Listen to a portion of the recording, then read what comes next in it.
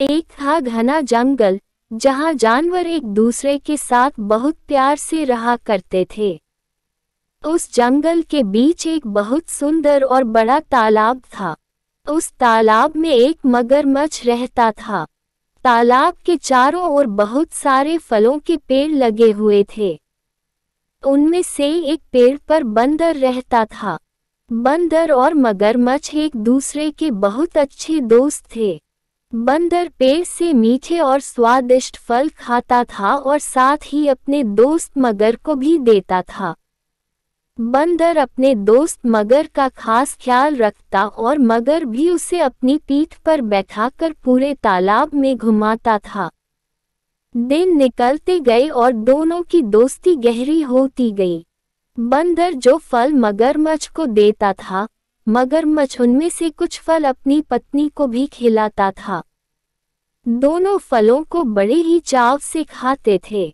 बहुत दिनों के बाद एक बार मगर की पत्नी ने कहा कि बंदर तो हमेशा ही स्वादिष्ट फल खाता रहता है। जरा सोचो उसका कलेजा कितना स्वादिष्ट होगा।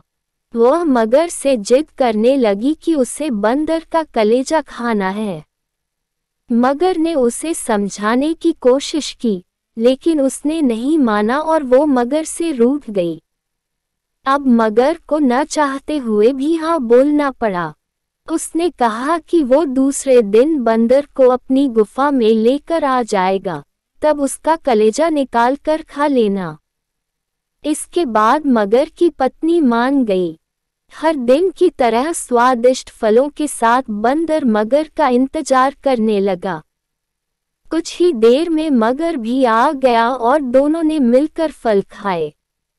मगरमच्छ बोला कि दोस्त, आज तुम्हारी भाभी तुमसे मिलना चाहती है।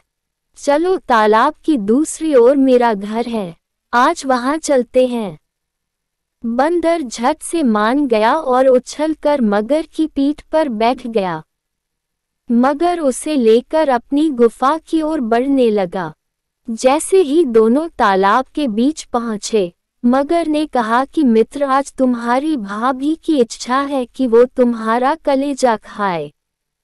ऐसा कहकर उसने पूरी बात बताई। बात सुनकर बंदर कुछ सोचने लगा और बोला, मित्र, तुमने मुझे ये पहले क्यों नहीं बताया? मगर ने पूछा, क्यों मित्र, क्या हो गया? बंदर बोला कि मैं अपना कलेजा तो पेड़ पर ही छोड़ रहा हूँ। तुम मुझे वापस ले चलो तो मैं अपना कलेजा साथ में ले आऊंगा। मगर बंदर की बातों में आ गया और वापस किनारे पर आ गया। वो दोनों जैसे ही किनारे पर पहुंचे, बंदर झट से पेड़ पर चढ़ गया और बोला कि मूर्ख, तुझे पता नहीं कि कलेजा हमारे अंदर ही होता है। मैं हमेशा ही तुम्हारा भला सोचता रहा और तुम मुझे ही खाने चले थे।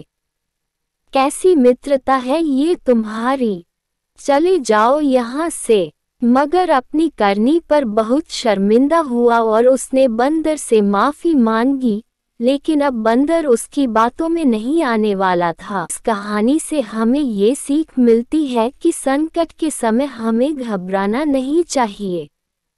मुसीबत के समय अपनी बुद्धि का उपयोग कर उसे दूर करने का उपाय सोचना चाहिए।